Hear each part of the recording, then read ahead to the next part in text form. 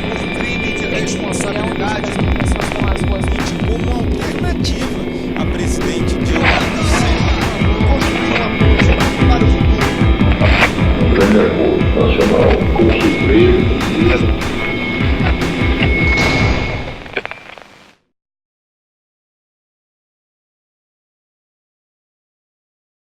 Meu nome é Marilis, eu sou professora da Sociologia e eu propus hoje uma discussão sobre o que eu estou chamando de uma reconfiguração do trabalho no Brasil, da qual o processo de reforma trabalhista faz parte e é uma parte muito substantiva.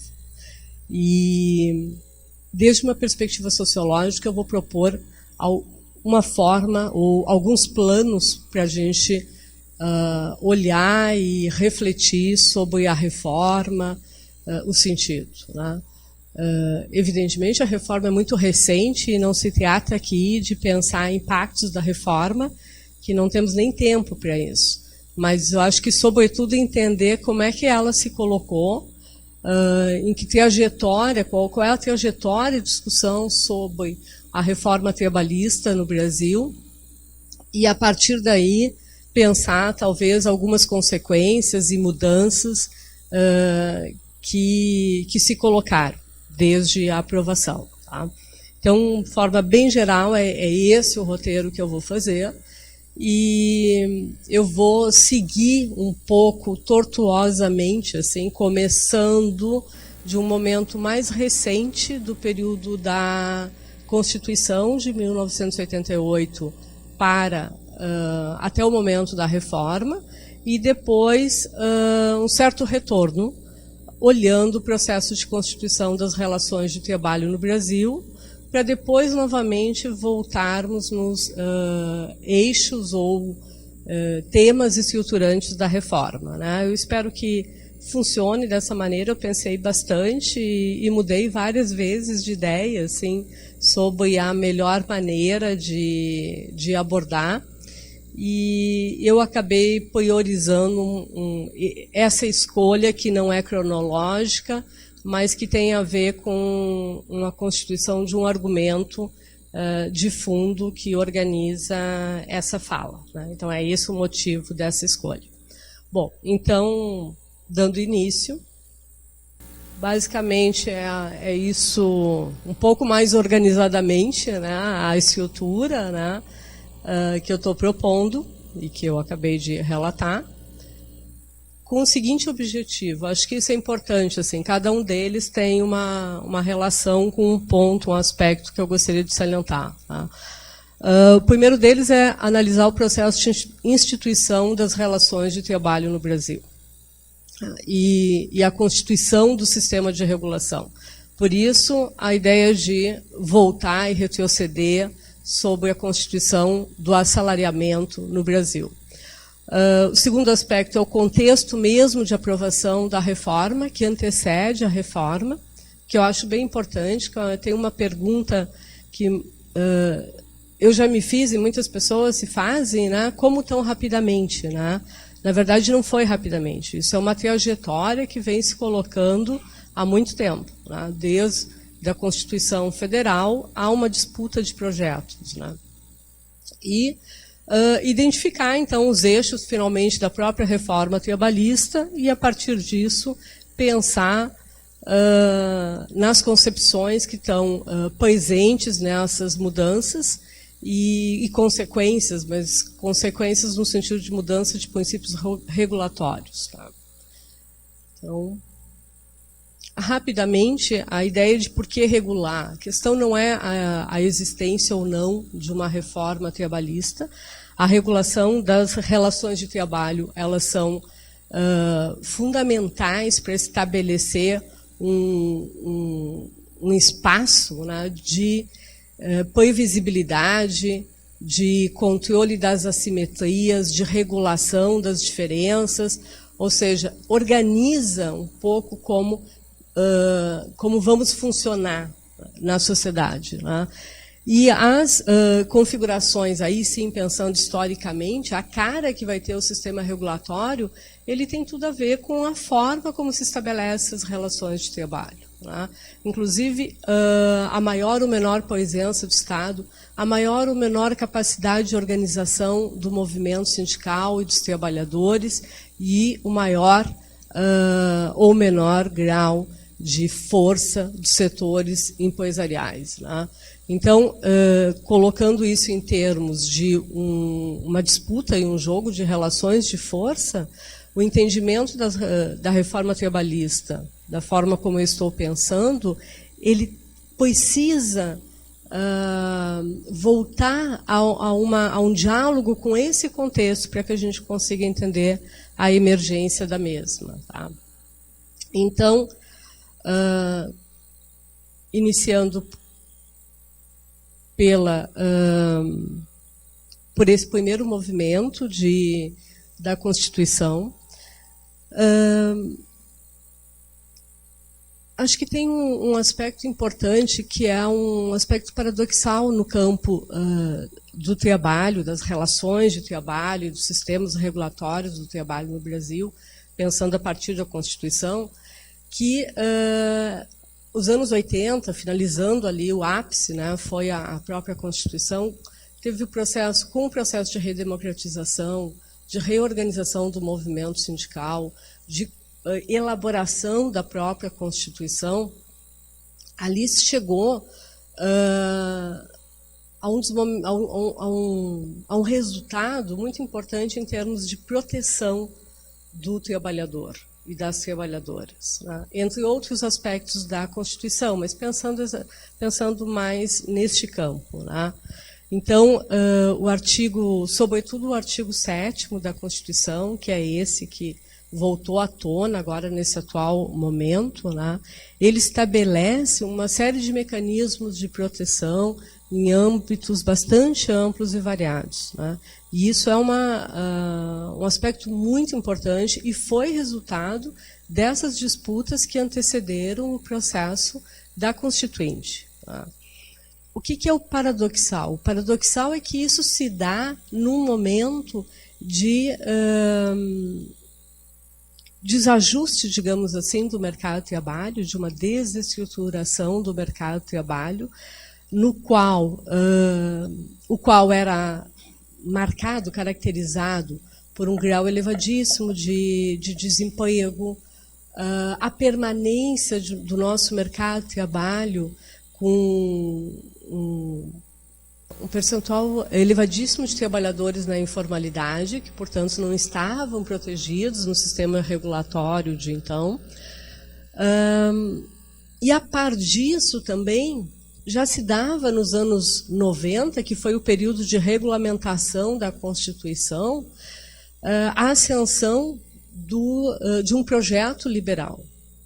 Então, o pós-Constituição, que foi o ápice da formatação de um sistema regulatório de proteção ao trabalho, ele foi imediatamente seguido por um período de crescimento, de fortalecimento de uma agenda flexibilizadora, tanto no Brasil quanto internacionalmente. Então, esse foi o contexto seguinte ao da Constituição. Então, nos anos 90, ele foi um período marcado por uma intensa contestação da Constituição. E, durante esse processo de contestação, uma agenda bastante similar à atual, que foi aprovada nesta reforma trabalhista, se estabeleceu, porém de uma forma distinta, né? Não como uma grande reforma trabalhista, mas como uma série de iniciativas na forma de projetos de lei, medidas provisórias, não, diluídas, digamos assim. Tá? Na sequência, nos anos 2000, nós temos a permanência de uma tensão. Essa mesma tensão se manteve nos anos 2000 entre essa agenda flexibilizadora e agora, a partir do início do governo Lula, com outro contramovimento de tentativa de fortalecer as conquistas da Constituição e regulamentar essas conquistas e revogar alguma das medidas flexibilizadoras que ocorreram nos anos 90. Tá? Então, basicamente, esse é o cenário que a gente vai ter, e por isso eu chamo de uma antiga disputa, e que vai anteceder, né, o momento da reforma trabalhista. Né? E, por fim, né, os recuos, também nos anos 2000, eles se dão exatamente com a reforma trabalhista e com a lei das terceirizações. Né? Então, isso dá para a gente pensar como momentos de um embate, né? E que, sem dúvida, a reforma trabalhista, pela amplitude, ela significou uma vitória de uma agenda flexibilizadora neste momento. Né? Bom, então, esse circuito da Constituição, que eu mais ou menos já delineei, né, ele parte do processo de redemocratização e a organização e fortalecimento do movimento sindical e dos movimentos sociais, que produzem como resultado, né, uma ampliação da regulamentação sobre o mercado do trabalho, né, com a adoção de novos direitos trabalhistas e também direitos sociais. Né, e, por outro lado, esse contexto econômico de crise e desestruturação do mercado laboral, né, que eu não vou avançar muito, né, nessa parte do mercado de trabalho, mas, pelo menos rapidamente, assim, de mencionar que também é um período em que os efeitos tanto das mudanças tecnológicas quanto dos processos de reorganização do próprio trabalho, né, que muitas vezes se usa, né, como denominação o conceito de reestruturação produtiva, né, eles reconfiguraram o mercado de trabalho, a demanda por mão de obra, aumentando uma intensificação do uso tanto da tecnologia quanto uma racionalização dos processos. Então, é um período no âmbito do trabalho, um período de crise de emprego, né, e de uma mudança também no perfil da relação entre emprego e crescimento econômico, que é um aspecto notável nos anos 90, em que, apesar a despeito do crescimento econômico do período, não há um crescimento do volume do emprego na mesma proporção. Tá? E eu estou chamando a atenção a esse aspecto em particular, porque uma das justificativas, uma dos argumentos em defesa da reforma trabalhista é a necessidade de promover uma adequação do regramento, da regulação ao novo contexto do mercado de trabalho. Tá?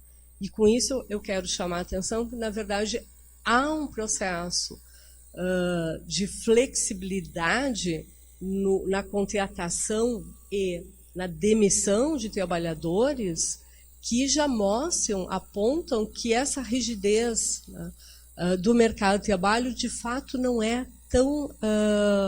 tão forte como se propaga, né, ou como se utiliza na argumentação de defesa. Tá? Depois posso voltar, talvez, nas questões. Não.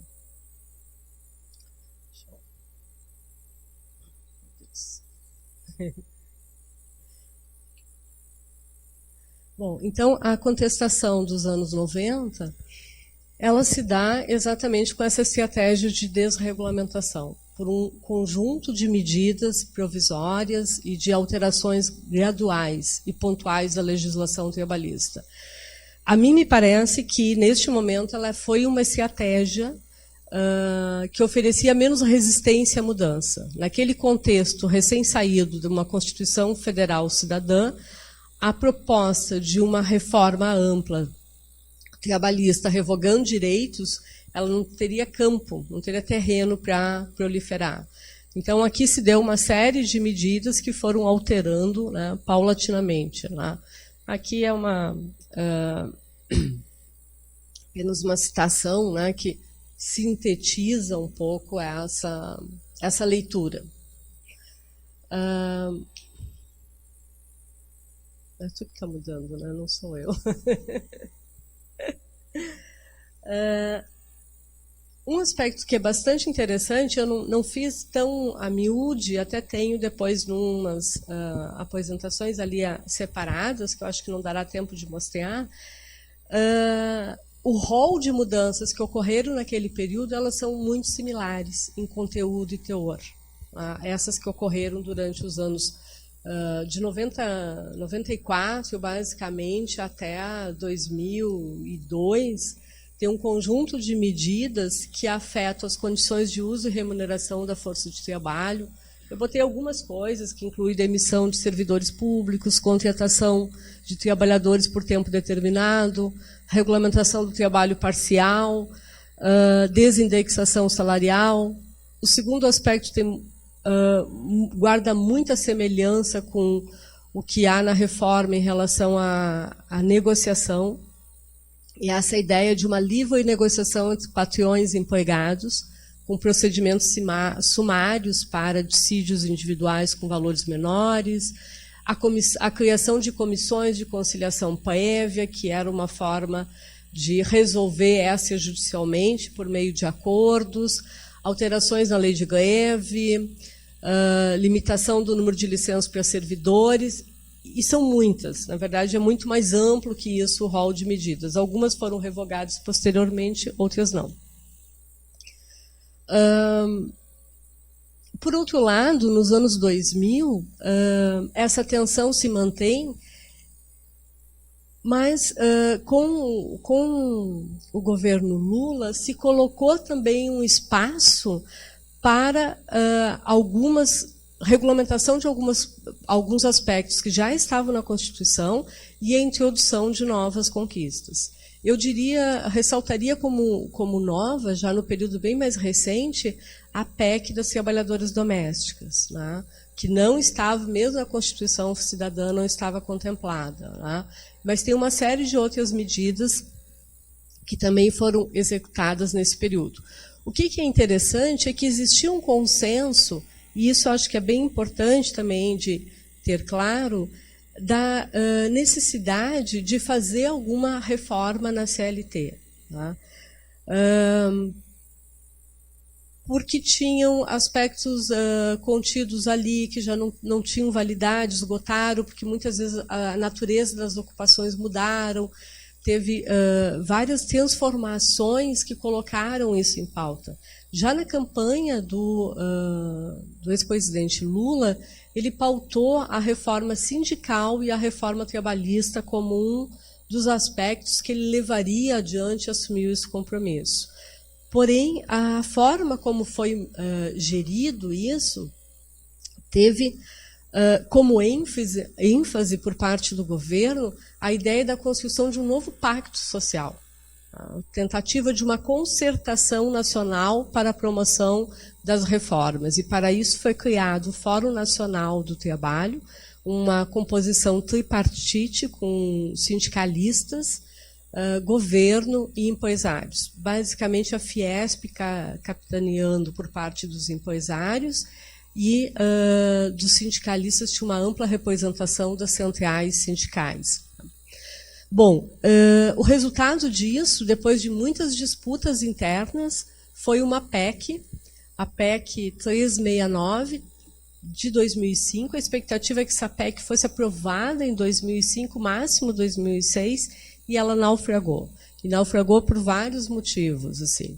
Tanto pelos dissensos que se constituíram durante esse momento de discussão, teve muitas tensões por parte dos empresários. Claramente, o que interessava era a agenda flexibilizadora dos anos 90. Por parte do governo, a ideia era uma limpeza, né? Por isso eu coloco limpar ou modernizar, porque o discurso empresarial é o da modernização, que, aliás, foi retomado, né? Se usa novamente a ideia da modernização. E a ideia e o discurso do governo era de uma limpeza. E o temor de partes do sindicalismo era uma perda de força. E nesse emaranhado de posições distintas ali, essa PEC acabou não sendo aprovada. Ela chegou a ser constituída, mas ela não foi analisada e ela não foi adiante. E a ideia da concertação que o governo Lula tentou estabelecer no início se esgotou e depois ele acabou fazendo algumas medidas provisórias de menor alcance, né? Então, na verdade, isso não se manteve.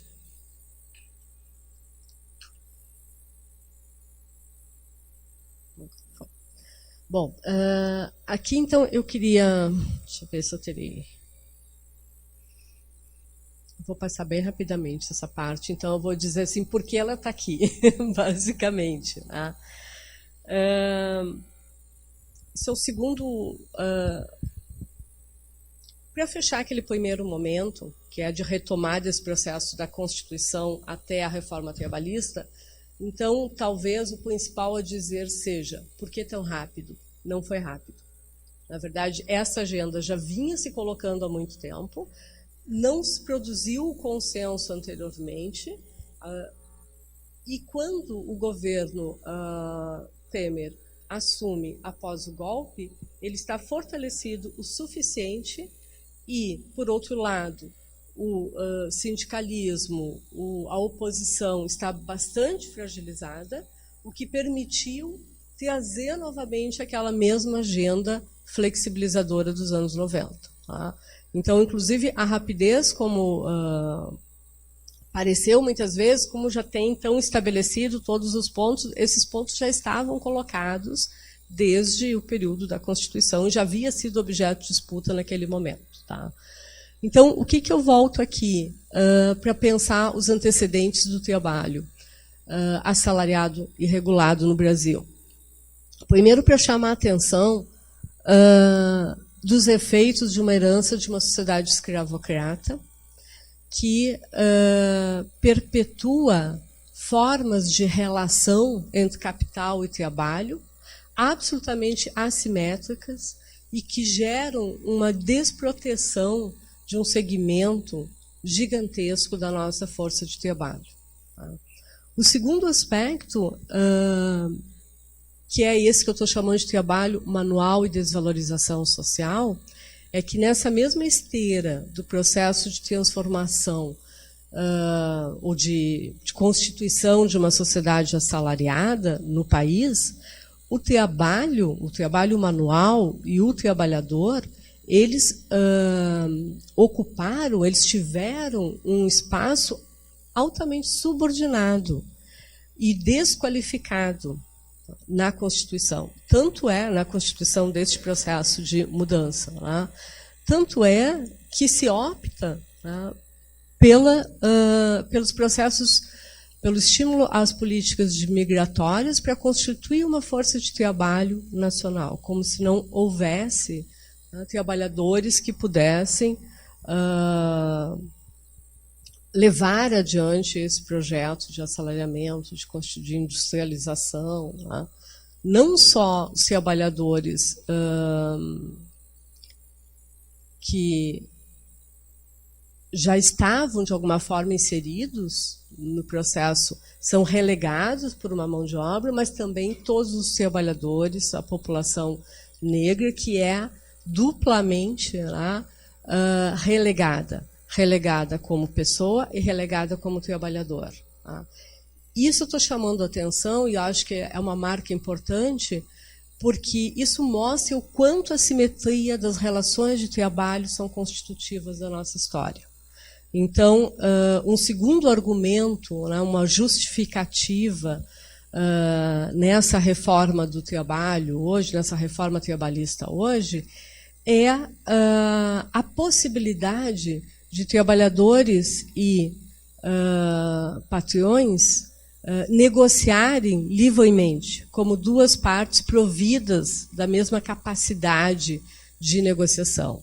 E isso, historicamente, não é verdadeiro no Brasil. São relações profundamente assimétricas que permanecem. Né? Eu não vou conseguir, na verdade, desdobrar tanto quanto eu gostaria essa parte, mas a ideia, o objetivo geral dessa parte é mostrar a existência de relações absolutamente desiguais na esfera do trabalho, o que torna a regulação do trabalho absolutamente necessária. Tá?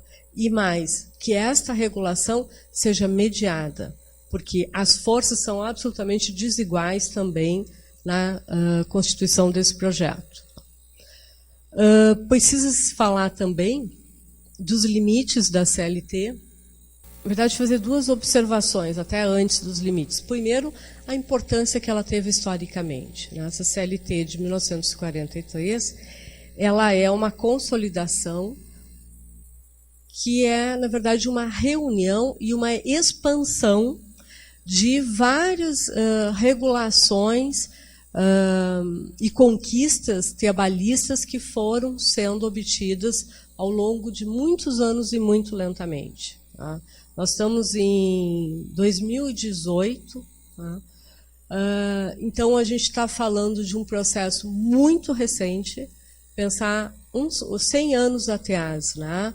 1917, 18 e 19 foram anos importantíssimos para o trabalho no Brasil, tanto pelas grandes greves de Rio de Janeiro e São Paulo, que apresentaram bandeiras de proteção social que foram incorporadas posteriormente na CLT, quanto pela o surgimento da OIT e das regulações internacionais do trabalho. Então, ali se constituem alguns elementos que são importantíssimos depois na construção dessa proteção, que é uma proteção no Brasil, uma proteção social que se deu exclusivamente ou basicamente ou pela via do trabalho. Exclusivamente um exagero, mas um exagero intencional, de marcar a importância que o trabalho tem na constituição de um sistema de acesso à proteção social. Não há outro. Ele se dava aposentadoria em função de ser um trabalhador, o acesso aos serviços e benefícios por ter sido um trabalhador ou ser um trabalhador.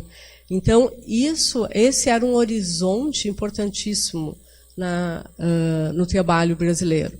Os limites da CLT são muitos. Ela não consegue, ela nem se propõe aos trabalhadores do campo, e aí isso tem todo sentido, entendendo as negociações, se a gente pensar as negociações entre setores urbanos e setores rurais. Tá? Então, a CLT ela é aceita desde que ela não provoque uma ingerência sobre os trabalhadores que estão no campo. Tá? E isso foi um aspecto que perdurou durante um largo tempo. Né? O outro limite é a persistência da informalidade no mercado de trabalho brasileiro. A gente chegou em momentos de metade da força de trabalho não ser assalariada, então é muito alto, e isso é histórico, isso é persistente, e também tem sido utilizado como uma justificativa para a reforma. E, por fim, a questão última que eu coloco ali, que esses direitos estabelecidos na CLT, eles precisariam ainda ser conquistados. O fato de estar na CLT não significa que esses direitos seriam garantidos. E, por isso, se consolida, se constitui, durante a era Vargas, dois mecanismos muito importantes e auxiliares a esse projeto de cidadania via o trabalho. Um deles é a Justiça do Trabalho, que é criada com o objetivo de garantir que o trabalhador possa recorrer a ela para garantir a efetividade dos direitos. E o outro é o sistema sindical, inclusive com a contribuição sindical, que garantiria estrutura para os sindicatos agirem em prol da proteção dos trabalhadores. Essas duas outras políticas foram fundamentais para conseguir constituir esse terreno da regulação, que, se não fosse dessa forma, não teria efeito real nenhum. Agora, colocando em marcha conjuntamente, isso teve um significado, um impacto importantíssimo. Bom, então, por fim, já indo, então, porque acho que estou atrasada, indo aos eixos da reforma trabalhista, eu separei aqui em quatro grandes segmentos. condições de trabalho, organização sindical, negociações coletivas e justiça do trabalho. Então, nas condições de trabalho, vocês sabem que o volume de mudanças é enorme, então eu tentei sistematizar algumas mais significativas. Basicamente, formas de contratação mais precárias e atípicas, como trabalho intermitente, trabalho parcial, trabalho temporário, flexibilização da jornada de trabalho, novas formas de contar as horas extras, os intervalos que podem ser reduzidos, os bancos de dados, banco de horas que podem ser negociados individualmente, o tempo de deslocamento e a disposição, muda o conceito do que é o tempo à disposição para o empregador, o tempo de deslocamento deixa de contar como parte da jornada, alterações de saúde e segurança do trabalho, por exemplo, o caso que ficou bastante conhecido das empregadas gestantes e lactantes, né, que passam a trabalhar em áreas insalubres desde que elas não só pode reverter isso se houver um atestado comprovando que não poderia, né? Pode retornar. Organização sindical. Comissão de representantes sem vínculo sindical, são comissões por empresa, fim da contribuição sindical obrigatória e revogação da obrigatoriedade da presença dos sindicatos em rescisões. Aqui só chamar a atenção que o fim da contribuição sindical já estava colocado na reforma proposta durante o governo Lula, porém em 4 anos, com 20% de decréscimo por ano, para que chegando ao final do período os sindicatos conseguissem lentamente se reestruturar. Então, não é uma pauta absolutamente nova. As negociações coletivas, basicamente o que se tem aqui é uma alteração da hierarquia das normas que regulam o trabalho, tá? Ou seja, Constituição, ou grandes acordos internacionais, depois as leis, as convenções, né, até chegar no acordo. Aqui tem uma prevalência do negociado sobre o legislado, o que tem tudo a ver com essa simetria das relações, né, as consequências disso, considerando como se dão as relações de trabalho no Brasil, são complexas. Prevalência dos acordos sobre as convenções coletivas, a fim da ultratividade das normas coletivas, que era aquele princípio de que, não havendo uma nova convenção coletiva que estabeleça alguma outra convenção que vai reger, ficaria valendo a atual, né? E aqui não, deixa de valer. Então, basta não fazer acordo que cai o que está existindo. A promoção da negociação individual, né, também tem a ver com a agenda dos anos 90, aquela, né, de ampliação. Pode retornar. Isso. E na Justiça do Trabalho, o que se tem aqui é um enfraquecimento da Justiça do Trabalho, em alguns casos até um questionamento da necessidade de haver uma Justiça do Trabalho especializada, uma vez que as partes, trabalhadores e empresários, poderiam negociar livremente e estabelecer acordos contratuais que não teriam uma particularidade. Tá? Então, aqui é um não reconhecimento da desigualdade dessas relações. E aí tem uma série de outras coisas, né, que vão nessa direção, como a limitação dos enunciados e jurisprudência do Tribunal Superior do Trabalho, que são muito questionadas, né? A restrição ao acesso gratuito à Justiça do Trabalho existe, mas exatamente como seria isso num contexto em que os sindicatos não terão como arcar também com os advogados. Então, há uma série de questões aqui. A imposição da multa e essa possibilidade de ser classificada uma demanda como uma fé, tá? E, portanto, arcar também, além disso, arcar com os honorários em caso de perda.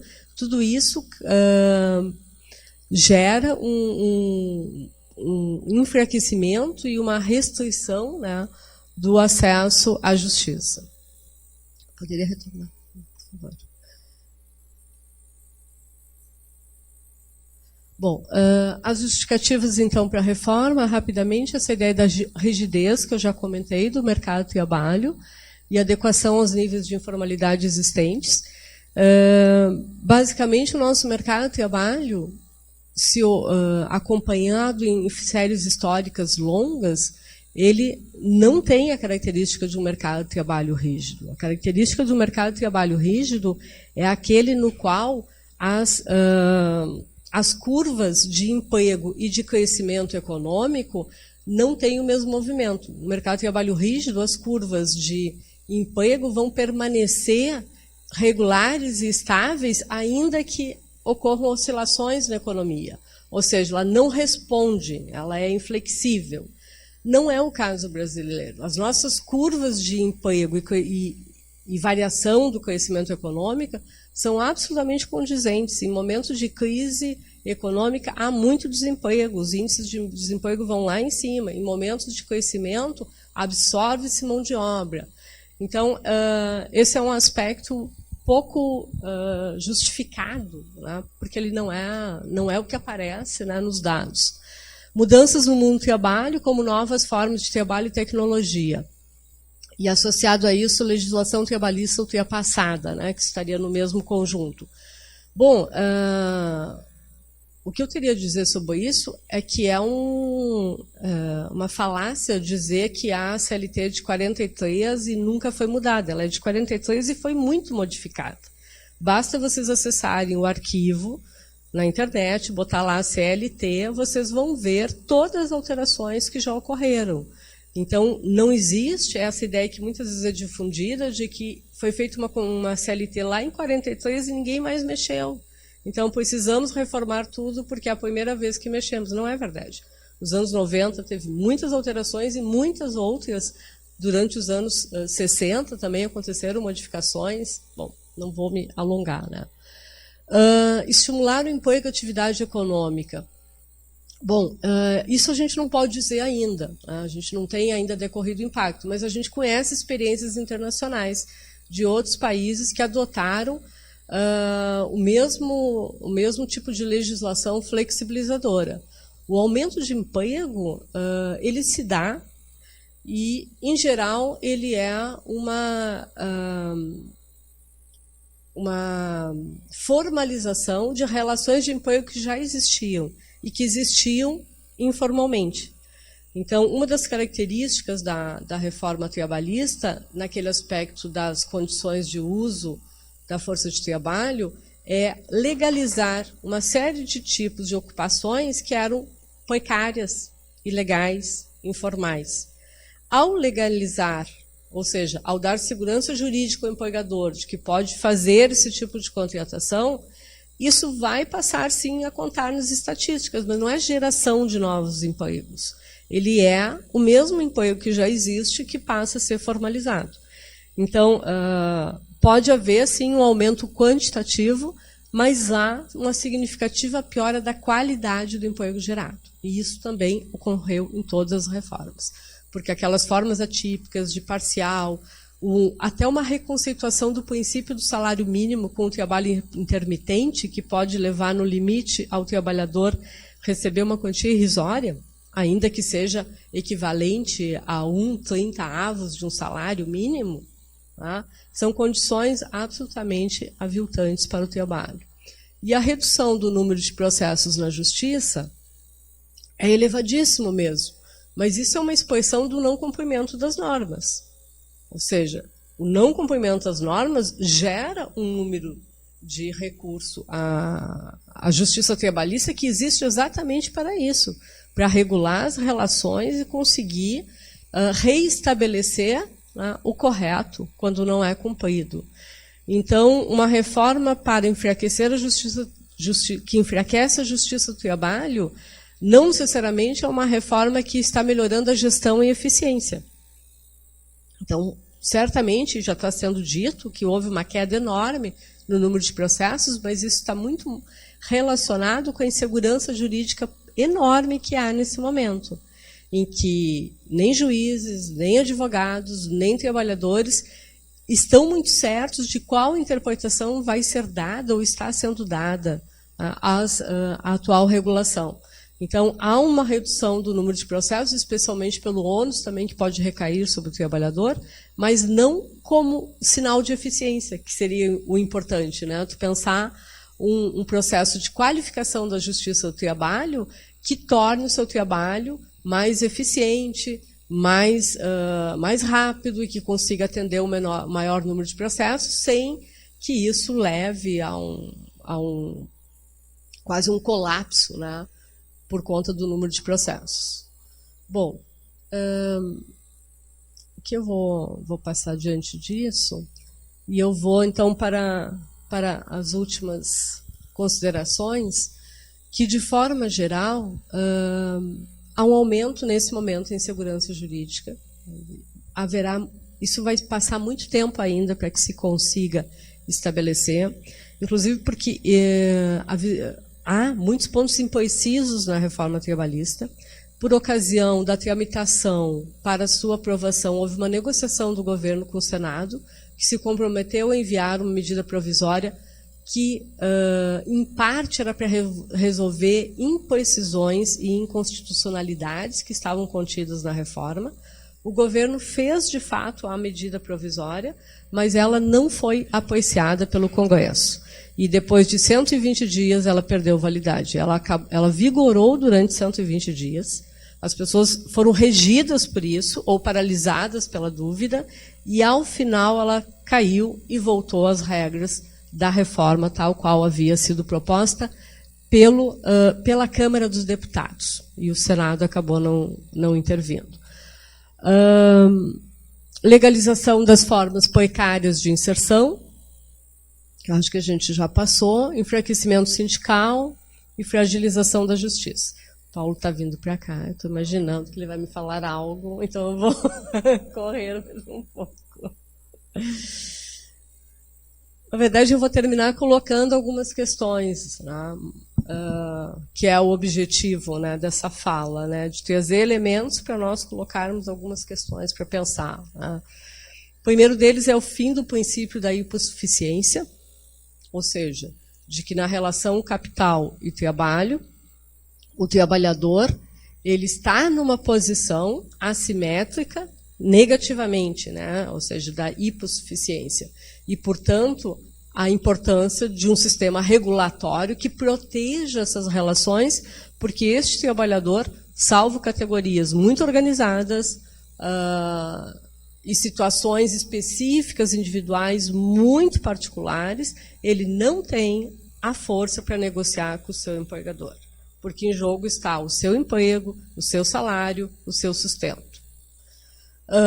Fim dos pactos entre capital e trabalho. Acho que essa é uma questão importante que tem me perseguido. Assim. O governo Getúlio Vargas claramente estabeleceu um pacto, tá, e o governo autoritário favoreceu, tá, o estabelecimento desse pacto, que era um pacto de modernização e criação de um sistema de proteção social do trabalhador, num contexto no qual as elites dominantes eram latifundiárias, poderosas e absolutamente conservadoras. E o seu processo, o seu projeto de modernização do país passava pela constituição forjar esse trabalhador assalariado brasileiro. Claro que esse projeto varguista também estava disputando com o projeto socialista e o projeto anarquista. Tá? Então, neste embate, ele produz um arranjo de incorporação social dos trabalhadores. E agora? O que preside a nossa ordem no âmbito do trabalho? Que pacto, ou como constituir uma sociedade mais justa sem pactos, sem concertação? Porque o que nós tivemos aqui, rapidamente, foi um período de fim de diálogo social. A última tentativa foi essa do governo Lula, do Fórum Nacional do Trabalho, que era uma tentativa de um novo pacto social. Ele dizia isso claramente no programa dele de lançamento da reforma. Né? O que se deu neste processo de tramitação foi uma ausência de diálogo das centrais sindicais, dos trabalhadores, dos segmentos que ativamente estão envolvidos com as relações de trabalho no Brasil.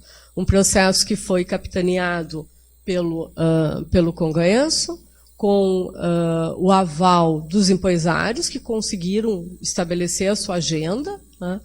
Então, acho que a questão que a gente tem pela frente, me parece que é muito reduzir o trabalho, a dimensão do trabalho, as relações de trabalho, à dimensão econômica, de redução de custos. E o que levaria, né, a um colapso de um ideal de colaboração, concertação, pacto ou regulação, qualquer coisa dessa ordem. A questão é se a gente pode prescindir disso. Se esse aviltamento do trabalho a simplesmente um custo econômico, produzirá o que em termos de organização das relações de trabalho no país? É isso.